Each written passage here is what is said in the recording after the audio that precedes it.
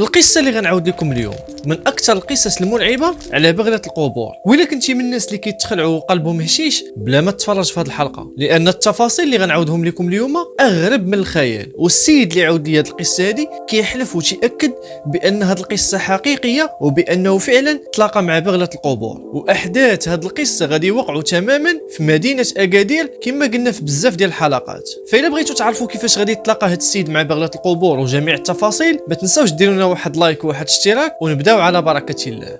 الاحداث ديال هذه القصه غيبداو سنه 2012 مع واحد الشخص اللي سميتو دريس، واللي معروف عليه هاد دريس انه واحد الانسان معقول وما فيش الغش، ولا حطيتيه في شي خدمه كيتقنها على اتم وجه. زعما واحد الانسان اللي كيخدم بنيته وما فيه لا قوال بلا تحراميات، واي بلاصه كان كيمشي ليها ضروري الناس وهذوك المحساده كيجبدوا ليه المشاكل. دوز بزاف ديال الخدامه وكما كنقولوا عليه 7 صنايع ورزق ضايع. هاد السيد كان عنده 3 ديال الوليدات وعايش واحد الحياه فقيره وعاديه وبسيطه لاقصى حد. مره خدام مره ما خدامش، كل مره وفين كديه الظروف، لدرجه واحد النهار جلس من الخدمه وما بقاش لقى خدمه. كيقلب هنا حيت ما كانش مسكين قاري، ما عندوش حرفه، ما عندوش صنعه. واللي معروف عليه هذا السيد هذا هو واحد الانسان اللي كيعرف بينه وبين الله ما كيفوتوش الفجر، وديما كيصلي وديما كتلقاه في الصفوف الاماميه في المسجد. واحد الانسان اللي متقي وشاد الطريق. غادي يجي عنده واحد السمسار كيعرف القصه ديالو وغيقول ليه ضبطت لك على واحد الخدمه غادي تغير لك حياتك 360 درجه. واحد الخدمه اللي غادي دير منها لاباس وغادي تفرح الوليدات والمدام. المهم غادي تعيش بخير وغادي تعطيني واحد المقابل. انا ما غاديش نجيب لك هذه الخدمه غير هكا، انا غنجيب لك هذه الخدمه ولكن ضروري غتدور معايا وغادي تهلا فيا، غتعطيني داكشي اللي سخاك به الله. هنايا داك السيد اللي سميتو دريس فرح،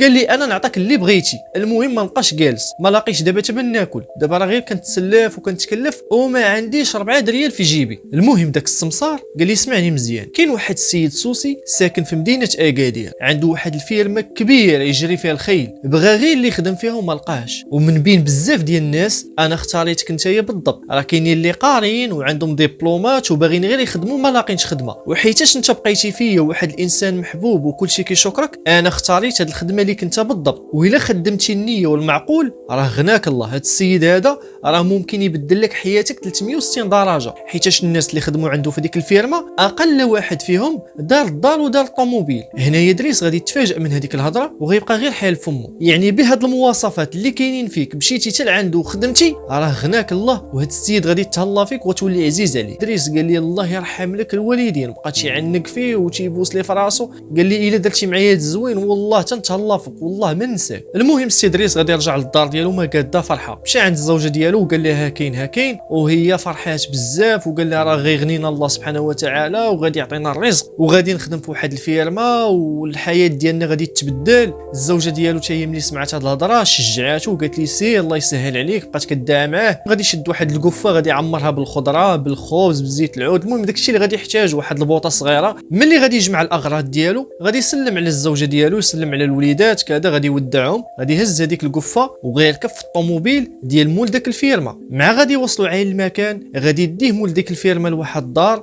قال ليه هنا فين غتولي تبات وهنا فين غادي تسكن، وراه حتى شي حاجه ما غادي تخصك معايا، اي حاجه طلبتيها ولا حليتي عليها فمك انا غادي نوفرها عليك. انا غير بغيتك تحضي لي هاد الفيرما هادي وتعس عليها وتقابل لي شكون غادي وشكون جاي. ولكن النصيحه اللي غادي نعطيك حاول ما تفوتش لي دوك الشجرات اللي كاينين تما. كان فيها الشجر، كان فيها الزيتون، كانوا فيها الفواكه. يعني هذيك الفيرما كانت كبيره وتتبين بان السيد المالك ديال هذيك الفيرما خانز فلوس ولاباس عليه. وهذا الراجل مول الفيرما بقى كيأكد على دريس انا غير بغيت هاد الشجر ديال الزيتون وهاد الفواكه وهاد الشيء، ما يجيش شي واحد انه يخونهم ويزيد بحاله، حيت انا ما كاينش اللي غيحضي ليا هنايا، وانا واحد الانسان اللي عندي مشاريع كثار وما يمكنش ديما غنبقى في المغرب، راه كل مره كنمشي لدوله. المهم هاك السوارت واي حاجه احتاجيتيها ولا بغيتيها ها هي النمره ديالي. مع غادي يسالي مع الهضره غادي يجبد لي واحد الماصو ديال الفلوس وغادي يعطيه ليه. قال لي هاك رزقك، انا اصلا سمعت بانك واحد الانسان عندك غير نيشان ومعقول في الخدمه. المهم السي دريس غادي يدخل هذيك الدار، غادي يقاد واحد القويميله، غادي يتغدى، غادي يصلي وغادي يخرج يستكشف هذيك المنطقه. الغريب والعجيب اللي غادي يلاحظوا السي دريس هو انه فاش كان كيتمشى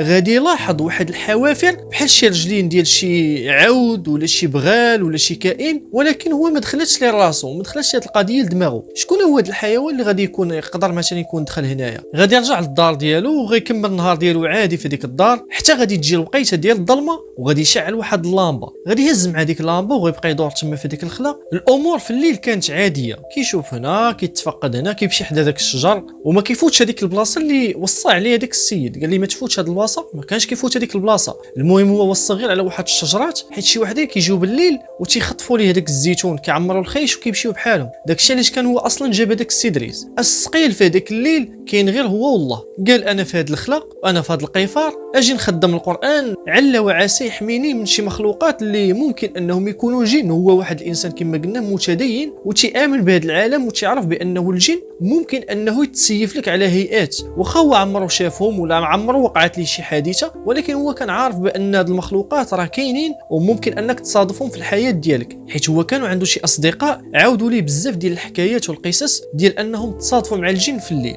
داكشي علاش خدم صوره ديال البقره وتيتصنت هذاك القران، غادي يسمع بحال شي تقلقيب او شي وقع ديال الاقدام، بحال شي حوافر ديال شي كائن بحال العود بحال البغل. السيد غادي يهز هذيك اللامبه، غيبدا يتلفت هنايا يتلفت هنايا، يشوف ما لقى حتى شي حاجه، وهي طيح في بالو واحد الفكره. قال لي ياك ماشي واحد جاي هنايا باش يسرق الزيتون ديال هاد الفيرما هادي. شويه فات هذاك الشجر اللي وصى عليه داك السيد، وهو يبان لي في داك الليل واحد الظل ديال واحد الكيان اللي هو كبير وعنده جوج عينين حمرين. غادي يهز هذاك الراديو وخلى القران شاعل فيه، وهز هذيك اللامبو ويضربها بواحد الجريه نيشان الدار، وهو غادي كيجري مرعوب في هذيك الحاله وكيستغفر الله وكيتعوذ من الشيطان. مع غادي يوصل غادي يحل داك الباب، غادي يسد عليه داك الباب دغيا. واحد المعلومه مهمه نسيت ما قلتهاش لكم، الديزاين والشكل ديال هذيك الدار من الداخل هو انه كان عندها واحد الباب وواحد الشرجم مشبك بالحديد. دريس غادي يدخل هذيك الدار وهو مخلوع ومرعوب من داكشي اللي شاف، غادي يجهد في ذاك القران وغادي يبقى يتعوذ من الشيطان ويذكر في الله. صافي بقى على ديك الحاله حتى حاول انه يتهدن ويرتاح. والغريب في هادشي كامل غادي يسمع شي سناسل تيضربوا في هذاك الباب، شي سناسل تيخبطوا في هذاك الباب، تيضربوا في هذاك الباب، ولكن هو ما بغاش يحل داك الباب حيت عرف انه ممكن تكون شي حاجه برا. داكشي علاش غير بقى لابد في بلاصتو وتيذكر بعض الاذكار اللي تقدر تنجي من هذا الموقف. القلب ديالو كان غادي يسكت ملي غادي يشوف واحد الوجه ديال واحد المراه، الشكل ديالها تيخلع، تطلع عليه من هذاك الكرياج اللي قلنا بحال الشرجم. غيشوف الوجه ديال هذيك المراه وهي تتخنزر فيه وتتحلف عليه وتتقول ليه والله لا بقات فيك، والله تنتقم منك. وماشي غير غتقول لي هاد الهضره وغادي تمشي بحالها، غتقولها لي وغتبقى تشوف فيه حتى غادي يقرب يصبح الصباح وغادي يأذن الفجر، ومع اذان الفجر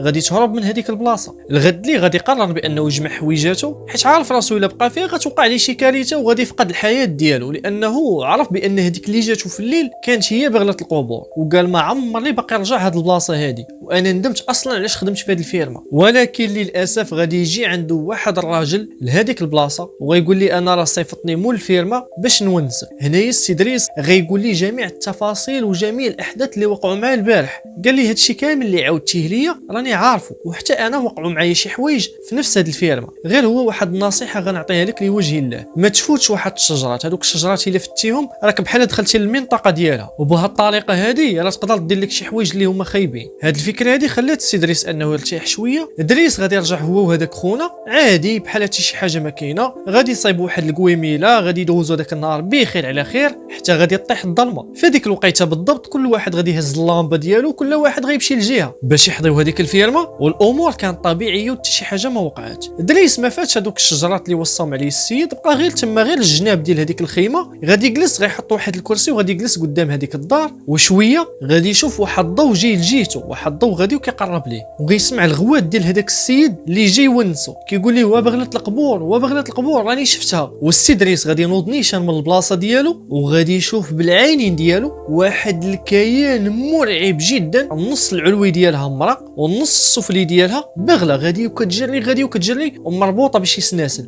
غادي وكتبع هذاك السيد. وهذاك الراجل مع قرب عندي وهو كيغوت غادي يتعكل وغادي يزلق، مع غادي يطيح غادي نشوف شي حاجه اللي تمنيت انني كون ما عمرني شفتها في حياتي. غنشوف هذيك البغله ديال القبور عفسات لي على راسو وبدات كتاكل لي وتنهش لي في اللحم ديالو. فهاد اللحظه بالضبط قلت لك ما انا في شي حلم ولا شي حاجه ماشي هي هادي. غادي نمشي نيشان بالزربه نهز السوالت من الدار وغادي نخدم بهم هذاك الموطور ديال هذاك السيد، مع غادي نديماري هذاك الموطور وهي تتبعني من اللور. انا غادي نديماري مكسيري بحر جهدي، ولحسن الحظ نجاني الله سبحانه وتعالى من هذيك بغله القبور، ولقيت راسي انني نجيت منها بواحد الاعجوبه.